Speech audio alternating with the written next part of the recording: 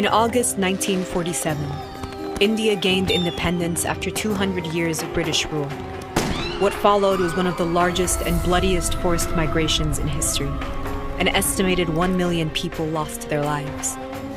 Before British colonization, the Indian subcontinent was a patchwork of regional kingdoms known as princely states, populated by Hindus, Muslims, Sikhs, Jains, Buddhists, Christians, Parsis, and Jews. Each princely state had its own traditions, caste backgrounds, and leadership. Starting in the 1500s, a series of European powers colonized India with coastal trading settlements. By the mid-18th century, the English East India Company emerged as the primary colonial power in India. The British ruled some provinces directly and ruled the princely states indirectly. Under indirect rule, the princely states remained sovereign but made political and financial concessions to the British.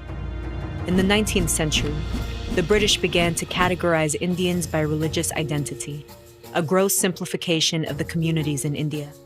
They counted Hindus as majorities and all other religious communities as distinct minorities, with Muslims being the largest minority. Sikhs were considered part of the Hindu community by everyone but themselves. In elections, people could only vote for candidates of their own religious identification. These practices exaggerated differences, sowing distrust between communities that had previously coexisted. The 20th century began with decades of anti-colonial movements, where Indians fought for independence from Britain. In the aftermath of World War II, under enormous financial strain from the war, Britain finally caved. Indian political leaders had differing views on what an independent India should look like. Mohandas Gandhi and Jawaharlal Nehru represented the Hindu majority and wanted one united India. Muhammad Ali Jinnah, who led the Muslim minority, thought the rifts created by colonization were too deep to repair. Jinnah argued for a two-nation division where Muslims would have a homeland called Pakistan. Following riots in 1946 and 1947, the British expedited their retreat, planning Indian independence behind closed doors. In June 1947, the British Viceroy announced that India would gain independence by August and be partitioned into Hindu India and Muslim Pakistan, but gave little explanation of how exactly this would happen.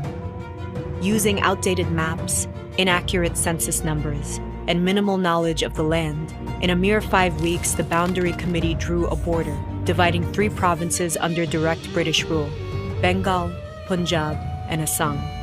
The border took into account where Hindus and Muslims were majorities, but also factors like location and population percentages. So if a Hindu majority area bordered another Hindu majority area, it would be included in India. But if a Hindu majority area bordered Muslim majority areas, it might become part of Pakistan. Princely states on the border had to choose which of the new nations to join, losing their sovereignty in the process. While the Boundary Committee worked on the new map, Hindus and Muslims began moving to areas where they thought they'd be a part of the religious majority, but they couldn't be sure. Families divided themselves. Fearing sexual violence, parents sent young daughters and wives to regions they perceived to be safe. The new map wasn't revealed until August 17, 1947, 2 days after independence.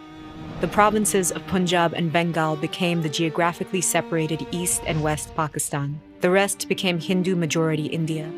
In a period of 2 years, millions of Hindus and Sikhs living in Pakistan left for India, while Muslims living in India fled villages where their families had lived for centuries.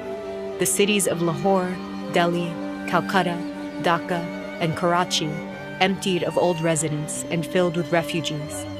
In the power vacuum British forces left behind, radicalized militias and local groups massacred migrants.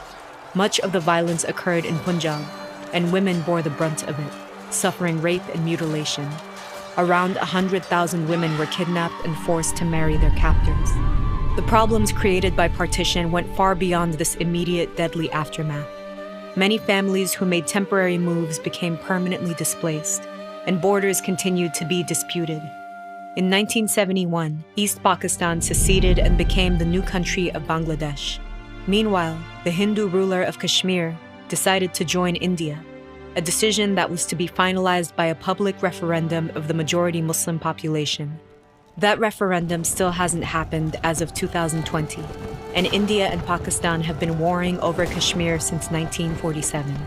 More than 70 years later, the legacies of the partition remain clear in the subcontinent, in its new political formations, and in the memories of divided families.